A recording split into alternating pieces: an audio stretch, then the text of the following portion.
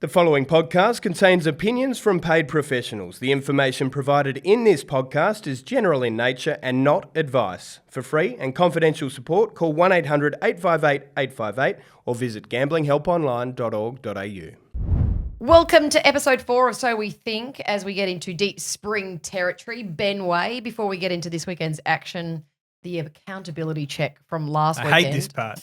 So do I, because sometimes you have to admit you got it wrong. The run to the Rose, what a fascinating race it was. There's a lot to take out of it. I think it's still important for us this far away from it. We've moved on to the next weekend of racing to review it in a way because there's a lot to take out of it. There is. So traffic warden, fantastic. But if you listen to anyone talking about bleeders, their immediate response will be first start after a bleed, you've got to be rock hard fit. They often are fantastic. Second up run off a bleed, often regress. Now, I'm not saying that'll be the case with traffic warden, but when you have a look back historically, that's been the case. Godolphin/Darley, their record in the run to the Rose and the Golden Rose is remarkable. James Cummings, 2 winners through the run to the Rose, becoming Golden Rose winners, 2 seconds and a third, and now traffic warden. But he's also got broadsiding. And not one horse has won the Golden Rose first up for 20 years. You have to be a freak of a horse to do it. So where do we sit now? And where do we sit with Stormboy? Do you want to dissect the ride? Yeah, so obviously he's done this in his career, Stormboy. He's missed the kick on a number of occasions, and they're the days where things haven't gone his way. And it happened again on the weekend.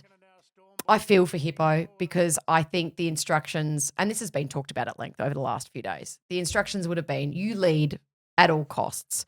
We heard that with Zach Lloyd on Lady of Camelot in the Moya. It would have been exactly the same with Stormboy in this race. And even though he missed the kick by a significant margin, I know he's such a company man, that bloke, that he would have done exactly as what Gay would have told him to do, and it came at a cost.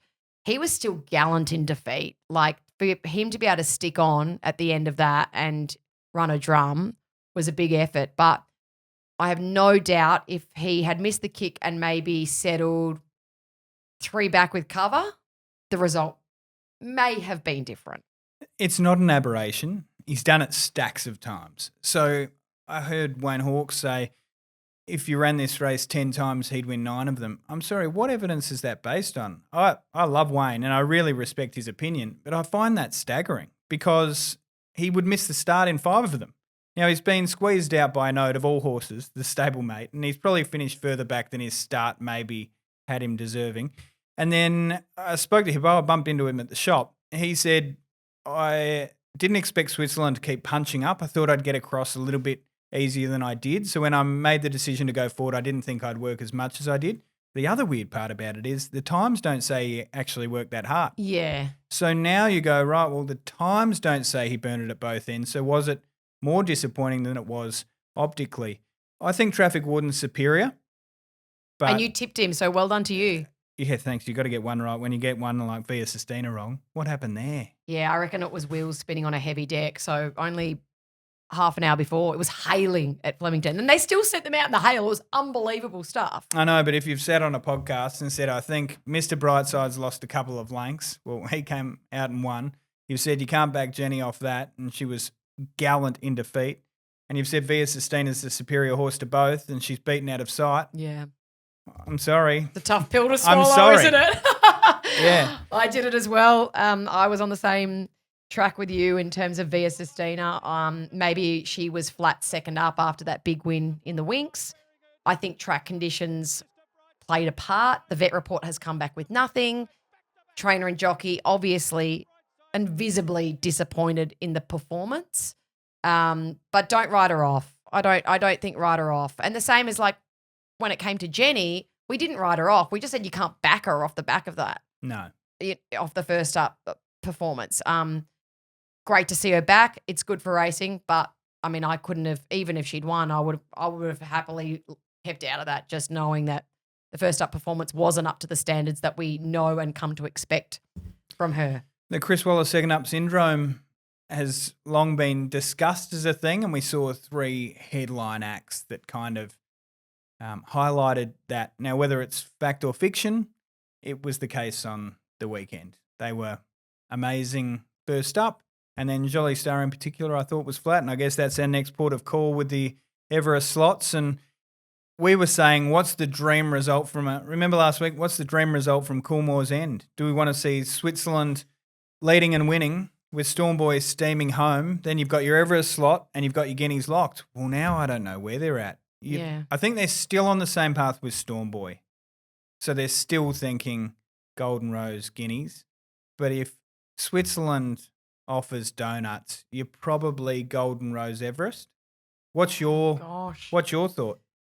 Off the back of Switzerland's performance on the weekend, and yes, I agree. I thought the speed shown by Switzerland was it was interesting. It was an interesting ride in the run to the Rose. Maybe you think he made a mistake? Copy medicine. I haven't seen the horse ridden like that before. Well, I'll tell you what he said to me. I certainly wasn't in confidence. He said, Gay had a problem with one ride of mine on Saturday, and it wasn't Storm Boy. She was fine with that. He rode to instruction. Oh, no, I'm talking about Switzerland, I mean. Oh, right. Yeah. Right. Oh, no. I mean, the ride, as we've discussed, that's the point of, we think that Storm Boy, he failed in the last half furlong because that's what he was instructed to do. He was instructed to lead at all costs. Oh, but in terms of Jason Collett and Switzerland, I think that was a surprise to many to see him so positive. And then, maybe also fitness may have given out. We'll have to wait and see. It's one of those things. But yes, I don't think their Everest picture is any clearer. I would be more confident with both of those horses probably heading towards the Guineas. I don't think Switzerland's there. No. Just a couple off the best. That wasn't his best on Saturday. I'm happy to forgive that. And he may have needed the run. But find me a world where he turns the tables on a few of them. What about Bustling? And that's no knock. Maybe the same. Maybe the same could be said. I heard the commentary in the stable quite clearly saying too bad to be true. And you're just hoping that's the case. Because if that is true, that's true form, we've got a major drama. But off the back of that, you'd need to see significant improvement to even consider running in an Everest. That was uncompetitive. Yeah, and I tell you what I really appreciate is Michael Kent Jr. straight afterwards, speaking to the media, visibly disappointed. His pre-race stuff on 7, it was good. Was awesome. Yeah. Yeah, having a chat to Chad, and I really appreciate both of them being so open to do that. That is a nice avenue of where we could elevate coverage. I think that's the third or fourth week we've done it. Yep. And Michael is just such a great media performer that it probably worked the best out of the few that we've tried. But yes, he was very generous in being able to wear that mic and chat to Chad openly about tactics in the race. But back to post-race, I really appreciated that he just fronted up and said, it's just not good enough. We have to find, he said 4 lengths. I think you're going to have to find 6 to 8 to be in contention for the Everest, because the horses who come out of the run to the Rose to go to the Everest, they're only going to improve another couple. They've all got, if that's the way they're going. Far be it for me to question them. But when the feedback was we copped a bump at the wrong time and it was on the wrong leg, that doesn't atone that margin. No, I agree. It doesn't. I agree. So I'm hoping they found something else. Yeah. More significant, not injury, but illness maybe, where you just say, hey, that was just an off day and he's better than that. I hope that he is. So where are we at with a few of the other slots? So Godolphin, they will have, we assume, Traffic Warden will go to the Golden Rose and then be pulled back in trip. James Cummings pretty much alluded to that post-race. It took a while to get it out of him. Yeah. I really had to niggle to say, is that what we're going to do? But I'm surprised he didn't say they were bringing trekking out of retirement or something. But I assume that's what will happen with Godolphin. Jolly Star taken by Chris Waller. I think even though she didn't win on Saturday, she settled a long way back. And gosh, to be able to make up that amount of ground when you're behind the winner in Sunshine in Paris. Well, that's the thing. She might have settled a long way back, but she settled on Sunshine in Paris's back. And Sunshine in Paris might just be better. You know what? How good was she? When she was in the yard, we all said it in our commentary booth. We're like, she looks like a little woolly mammoth out there, Sunshine in Paris. She was not through in the coat. She looked like she would take improvement from the run. And we all actually said to each other, if she wins this, she's a force to be reckoned with in the Everest because she's got 5 weeks now to get herself right. And boy, will they get her right.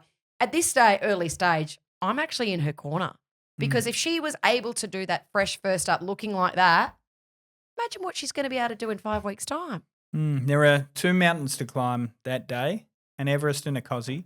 One of the few races that James McDonald is yet to win. And I was talking to him on track today, and I should apologise for my formal wear, by the way. I wear a much more relaxed outfit than what I'm offering. I think I probably need no, to you're iron the good. T-shirt as well. You've hit the brief. I'm the drama. You're looking very but I've come. professional. Thank you. I'm not. But as I've come straight from the track, and we were talking a lot about the Cossie. We caught up with James. That interview hasn't been anywhere yet, but I can steal the exclusive, I guess. So he was a really interesting story because a couple of his brothers-in-law have both ridden front page. It's had 8 jockeys over the years in trials and races, and Jordan's been on and Andrew was on last time out. Yeah. And I said, could you swallow your pride and call them and ask for advice? And he said, hell no, but I will call Tyler. And so a lot of people will look at that and say, oh, Tyler off and yet another plum ride for James McDonald. Well, he raised a really good point. He was booked to ride front page the first time it was set for the Kosciuszko, and it had a drama and it was scratched in the week before, and he ends up with near nothing. So it's full circle stuff. So it's full circle. So even for the best, that sort of thing can happen. And then talking to Tommy Berry, who's got a good chance as well on Elson Boy, particularly if there's rain about, we were talking about how he ended up on that horse, and he went off to when he had his ban, he was working for a turf company, and the bloke who he was working for has a connection out in the bush. And the bloke said, can't do us a favour and go out and support the local cup and head to the picnics, can you? And he said, yep, you know what? And 2 of them hopped in a car, went out there, he did some speaking, and he was the flagship event. Well, they set him up with 3 rides there, 3 pretty good rides. One of them happened to be Elson Boy, and it's now he's riding a Kosciuszko. So had he not been banned, had he not met this bloke, had he not gone out there, racing's just full of these stories, and particularly the Kosciuszko, every year it just provides awesome yarns. I love that there's a few, slot holders who are still waiting and holding because the majority of the field looks to be set. I think there's 7 or 8 already taken, but there's a few people there just holding back and wanting to see something pop out of obscurity in the next couple of weeks. And there is a war of attrition. The problem with this race is front page because it's so good. Yeah. Like it's a quality horse well beyond most of its opposition on resume. So then you're kind of looking for something that might be, a wet tracker or in form in the lead up. We've seen a couple of people using the midweeks the past 2 weeks as... Didn't work today though. So well. Today. Yeah. Worked last week. So you see these ads for horses, and maybe they could snatch one of them, but I can't see anything popping out of the woodwork that's better than front page. No, they're good stories though. Yeah. And that field will be further set in time. Oh, on that. You also don't have to beat front page. What do you mean? Well, the split for, say, a front page is probably 40 for slot, 60 for owners, or was it the other way around? Whatever it is, it'd be the bare minimum for the slot holder because you're getting the best horse. But you might finish second or third on a horse with a splits 80-20. On splits, I heard this morning, and I found this really interesting. So with Bella Nipotina obviously locked in for tab now. No comment. No comment. But that negotiation took a really, really long time. Be fascinated. I'd love to know the split. I don't know the split, but I'd be fascinated to know the split. No one will believe this, but I don't know either. No. And part of the reasoning, not necessarily the negotiation with the connections of Bella Nipotina in particular, but one thing people need to appreciate with the tab slot is there are a lot of things that need to, it's publicly listed. There are shareholders, there are responsibilities, there's criteria to be hit with certain horses. And by the time you go through that criteria, the options really are only sort of 3 or 4. And then you need to pick your best winning chance. I think they've got their best selection yet. Cannot agree with you more. And as a marketing tool as well, like she's a poster girl. She's had an unbelievable 12 months, Bella Nipotina. She'd be one of the most well-known names in racing at the moment. I think they've done very well. I think she's a great selection heading into the Tab Everest. Can you change a pub to be called the Bella Nipotina? Lost and Running had a bit more pub feel to it, Was didn't that it? when you wore a Lost and Running themed blazer that day, didn't you? Yeah. I described it as the lowest day in my career, and I appreciate you Well, I bringing brought it it back back up. Yeah. Well Thanks. done to you. Hey, let's get into Saturday's racing at Randwick, and starting with the T-Rose for the 3-year-old filly. So this is the third leg of the Dali Princess series over the 1,400 metres, and it looks to me like it's a battle of the two proven black type stars in Manal and Amina up against this new kid on the block in Autumn Glow. The boom's been big. She debuted in a 72 and smashed him, and then won a Group 3 second up. There's a lot of chitter-chatter that she will just walk in the flight stakes in a couple of weeks' time. Who gets bragging on us here? Have you seen any horse walk in against Manal yet? She's in for the fight every time. Every time. So I'd be stunned. I hope I am stunned.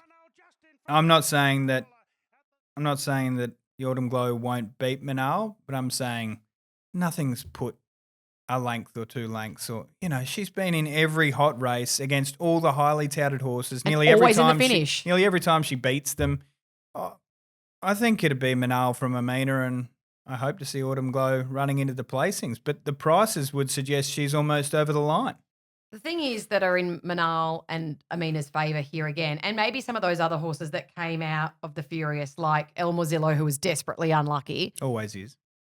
She's a frustration, but I do think she's got a huge amount of talent. And Lazura as well, who ran a big race that day to finish third, is that we're at set weights again.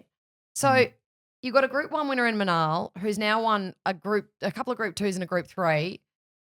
Amina in a similar boat. She's won a Group 2 this preparation, and she's finished a half head behind Manal in the next. They're all at 56 kilos. That's got to be, again, in Manal's favour. Yeah, I would have thought so. Yeah.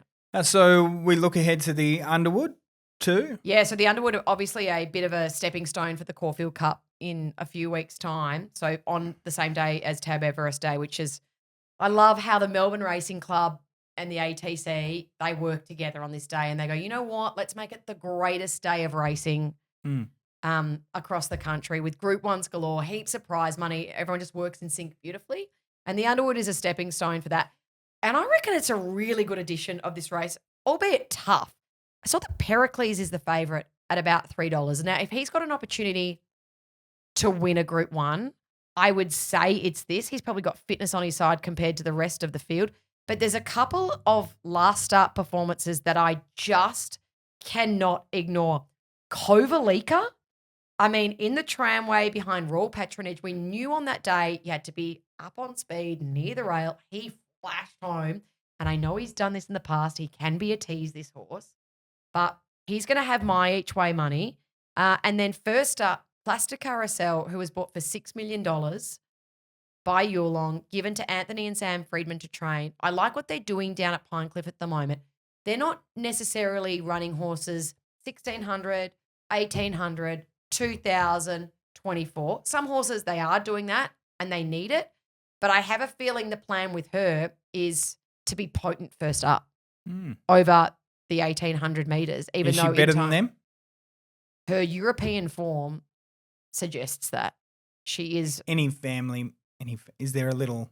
I tried to call him before. Is there a little Friedman? He became an uncle again, Sam, yesterday. So maybe he's visiting baby. He didn't answer my call. Okay. Little Wilhelmina. A little bit rude. Oh, lovely. Yes. Welcome to the world, Wilhelmina. Don't you think the depth of country cups has just got ridiculous the past few years? Newcastle on Friday. Newcastle's obscene. Wyong was fantastic, like 2 Group 1 winners in the top 3 fighting it out. I look at a Faulkner Park who was Albury Then Gold Wagga. Cup, then Wagga, and Annabelle's used that sort of those leaps. I think they're leaps beyond the horse's capability. She's proven that to be completely wrong. Horses like Numerian, I think, was nommed for a Wagga Gold Cup, won a Gosford Gold Cup, and then went up to Queensland and is suddenly, competitive in huge prize money, big group races. So it's not unpredictable, but it is hard to believe that Faulkner Park is going to go Albury Gold Cup, Wagga Gold Cup, Caulfield Cup. But it's hard in the market. Yeah. What do you think we see on Saturday? I think we Just see hitting him the line? Yeah, I'd like to see him hitting the line really stylishly. It's not his grand final for many of these horses. Well, for some of them, it is their grand final. I think for Pericles, it could be his grand final, or No, does he come back here? come back up here? Yep. For an a mile. episode. Yeah, okay. But there's some horses here, like Munamek, this might be his grand final. There's a couple in there that are looking, this is my opportunity to win a Group 1. But for him, it's all about the Caulfield Cup, and it has been for many months. I appreciate that Tyler Schiller's going down to ride him, missing out on probably a really solid book up here, going down for a few rides with Robin And Annabelle. sacrificing the Kosciuszko ride. Yep. That's a big one, isn't it? He's got so much faith in this horse, and it's good to see that he's sticking with him all the way through. So I'd be happy to see him hitting the line really, really well. But my each way money is going to be with Kovalika. I cannot ignore what he did on that day when the bias was oh so obvious. And that's the other thing from this race. So Buckaroo, a big winner of that race, right there on speed. Great ride by Tommy Berry. Just a change of tactics. Let's go forward. Let's ride to the day and maybe ride to the horse's strength in the end. They get the win. There is a part of me that goes, how much can I trust that form at Randwick that day? Saturday is the day where you might find out a little bit more. At least Buckaroo had done something previously in good races. Like he'd been maybe a touch unlucky in some, hitting the line in others. And you've always said, oh, there's a good race in Buckaroo. So I'm not willing to purely say with that horse, for example, that it was only circumstance that allowed him to salute. But I get your point, and you do need to be really careful of that. Joe Moreira, I'm on board on Saturday for Buckaroo. After a couple of races at Kembla, the Magic Man. So I heard him having a chat to Brad Gray today. It was off air, but it will air at some point across Sky Racing. So you'll see that pop up. But originally I'd heard he was going to be here, pop back, pop back, pop back. Yeah, that's what I read. Yeah, but I think he's going to be here for this, disappear for 2 weeks, and then we'll have him for a 7-week stint through to the Saturday after, so Stakes Day, through to Stakes Day. And there are some interesting ones that he's been paired up with on Saturday that might be a guide going forward. Francesco Guardi. Is Francesco on track for a Melbourne Cup still? Would that be Xiao's mount? The main purpose he's here, I'm sure, is to ride the Japanese horse in the Golden Eagle. But he's also not here for a haircut on the other days. The Cups thing that you raise, so Francesco Guardi, maybe that is that race for him going forward. And he's obviously been here for a while now, and he's been thereabouts. He hasn't got that big race scalp that we'd hope he would get for Chris Waller. But it does raise an interesting point of the weight. So I saw that Joe's going to be able to ride at like 53 kilos, which is still good going. Like that is light. But in terms of those weights at the Cup, there's 2 over 55.5. Via Sistina at 56 and last year's winner in Without a Fight at 58.5, which is the right penalty for a horse with his European form and has come down to Australia and done basically nothing wrong in his 2 preparations here. But you eliminate a lot of jockeys, don't you? You do, and that's the issue. So if those 2 don't go to – I don't think Via Sistina is going to a Melbourne Cup. Like her grand final is going to be a Cox Plate or a King Charles, depending on how things come out of her run in the Maccabi Diva. I think Anthony and Sam are still keen on getting him Without a Fight to the Melbourne Cup first up. I mean, it would be a remarkable training performance. There's doubters out there. I don't think the water is necessarily clear and there's a lot of things to, happen. But if they come out, geez, there's a lot of good jocks without rides who won't be able to get rides because they won't be able to ride 51. Well, I mean, I don't really know what you do about that. If you feel as though if their name's down and they feel as though there's such a clear gap between them and the rest, where are we left? Well, I guess the problem is in a lot of other races where the top weights are eliminated, we see a rise in the weights. Yeah. It doesn't happen in the Melbourne Cup anymore. No. Which is difficult, I think, and a bit. You think it should? What if your top weight was 57 and your next top weight was 55.5 and then those 2, for some reason or another, didn't find themselves in the field and your top weight ended up being 54 kilos? Like, I'm sorry. I think that's a joke. Okay. Do you agree? Yeah. Can I we were wondering where I could vent today. Yeah, Can I vent here? Your chest? I Yes, do. I've got a please. bugbear, and I think I've bitched about it before, but I'll bitch about it again. Ooh. Scratchings. Oh. So today are the midweeks, right? 72 acceptors down to 52, 20 scratched, a third of them. Yeah. for no reason whatsoever. Good 4, half of them drawn well. The main reason seems to be that everyone's just playing barrier roulette. Even some of them that weren't drawn poorly, there's similar races at Hawkesbury, and we have so much similar racing that they nom for Wednesday, they nom for Thursday, they nom for Provincial Saturday, for Metro Saturday, and they just end up picking whichever one suits. But someone's footing that bill, and if I'm to complain purely from a personal standpoint, preparing and doing It's a form, nightmare. Speed maps completely flip on their head. You know, we had a race today where there were 5 potential leaders, 4 came out. So suddenly you go from breakneck speed, and there's no way I can have that horse who's going to be taken on, to it's a lone leader and it was a walkathon in front. It has to be. It might seem like an unnecessary whinge, but overseas you don't have this. You can only scratch with a vet clearance, on a vet report overseas, particularly in Asia, and you never see scratchings. I'll allow scratchings on race day for severe track deterioration, but apart from that, no. The new laws of racing created by Ben. Well, Brad actually mentioned that today. You're right, though. He said maybe you need to head it up, and I said we all know that would be the worst idea. You know what the worst is, though? And it's not Sydney. It's Brisbane.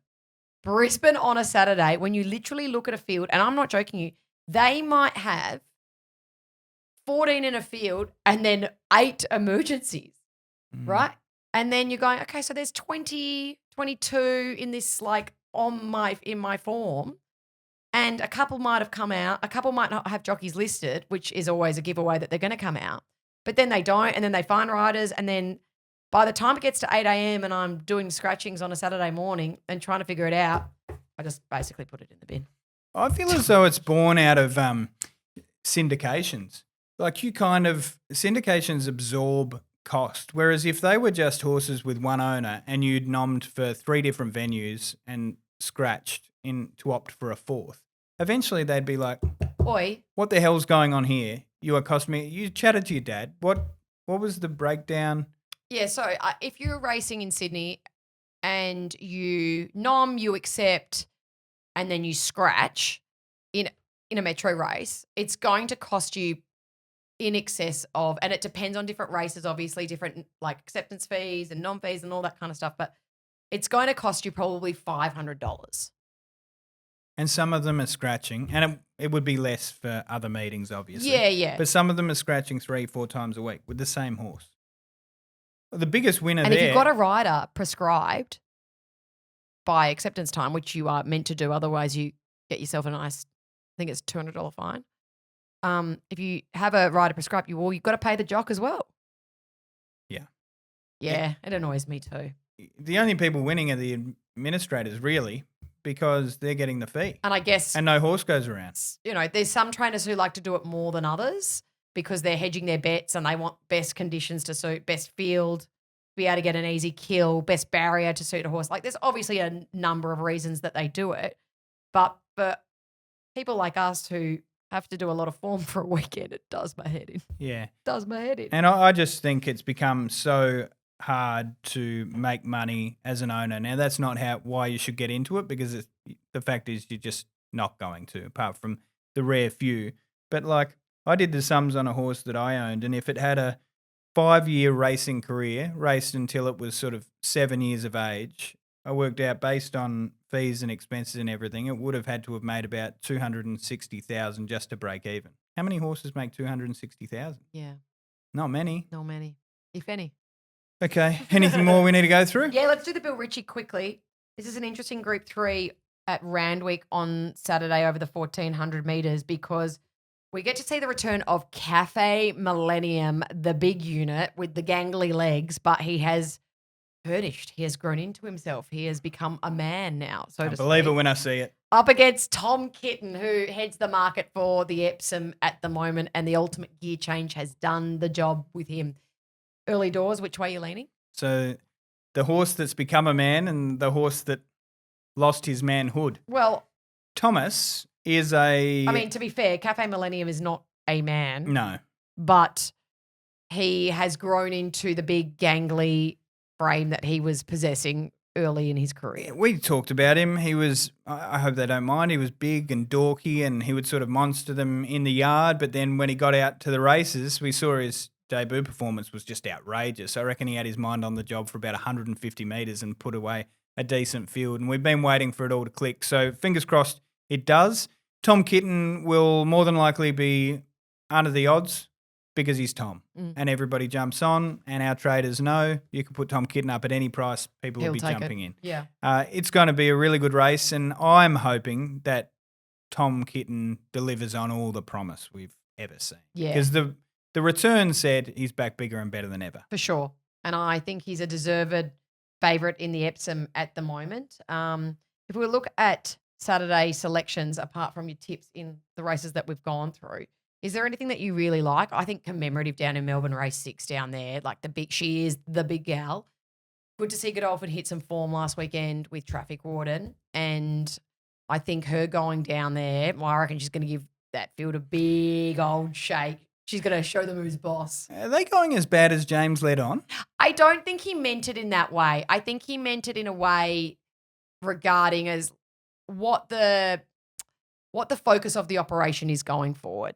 So I think, I mean, that's for, us to find out in the future talking to Team Godolphin. But, maybe there's discussions as to where racing sits within their portfolio going forward. I don't think he hasn't had that bad a run. He said they were going to have to start selling trophies to fund it all. Well, I'm sorry, they haven't been going that bad. And he's now got the 1-2 market order for a Golden Rose. Yeah. Oh, I will say I'm not too worried about the weekend because I am fresh from the Wednesday races and I don't want to just say, hey, I'm keen on this if I haven't done a proper look. I haven't really had the opportunity yet, but I am in love with Linebacker now for the Golden Rose. And as a person who loves Traffic Warden, you can imagine how so that you're feels. going to jump off Traffic Warden back onto Linebacker who hit the line on the fence. Unbelievable. Barrier dependent. Yeah. Map and barrier dependent and field dependent. But in an all-in market right now? At this stage, I'm in Linebacker's corner. Wowzers. Yeah, I was in love with that final 200. And I do have concerns as well. Just I worry about that bleed thing. I think it's real. I think you sort of they have no choice but to have a horse super, super fit for fear of having a second bleed, career over. And then just history would say that next run you're a touch flat. And I'm happy to take a horse on first up, which kind of rules out broadsiding. Well, see, I find it interesting because Saturday they galloped him at Rose Hill and goodness, did he look good in the yard. He looked unbelievable. And then he trialled on Tuesday. So they're pouring some public work into him. And so you're saying there's first up and there's first up. Yeah, I'm not sure that he's ultimately like first up. I agree with you in inverted commas. Like he's public gallop, public trial. Yeah, he's not flying under the radar. Like people haven't seen him for 3-4 months. One other thing we were going to discuss was Robusto. So formerly with Waller, now with Björn. Yeah. And that horse, based on having chatted to Luke today, will go to Newcastle Friday. And I wanted to raise it Saturday. because I think Björn's becoming a bit of a master at reinventing these tried horses. So Robusto coming from Chris Waller and the Ingham family, you would remember him in the pink, in the cerise. And he's done the same with Allegron, who goes around on Saturday at Rose Hill as well, who won a Brisbane Cup over 3,200. So he's becoming a master of reinvention, Björn. Yeah. And I saw that he ran the marathon on the weekend as well. He did. And good on him. Good on Somebody asked me today, what time did he run? As if it matters. Does not matter and I said, one bit. Once you've run one of those, you know that the time is just irrelevant. And yeah, good on him. Fantastic. I agree about him becoming a sort of stable for the reinvention. And I did laugh at the Björn element to it. But I think with him, a lot of it has to do with his association with Derby. Derby, yeah. They bought the horse. It's always going to go to Björn. But Yeah. the job they've done with Allegron is remarkable. And who's to say the best of Allegron isn't competitive for, say, a top 5 in a big cup?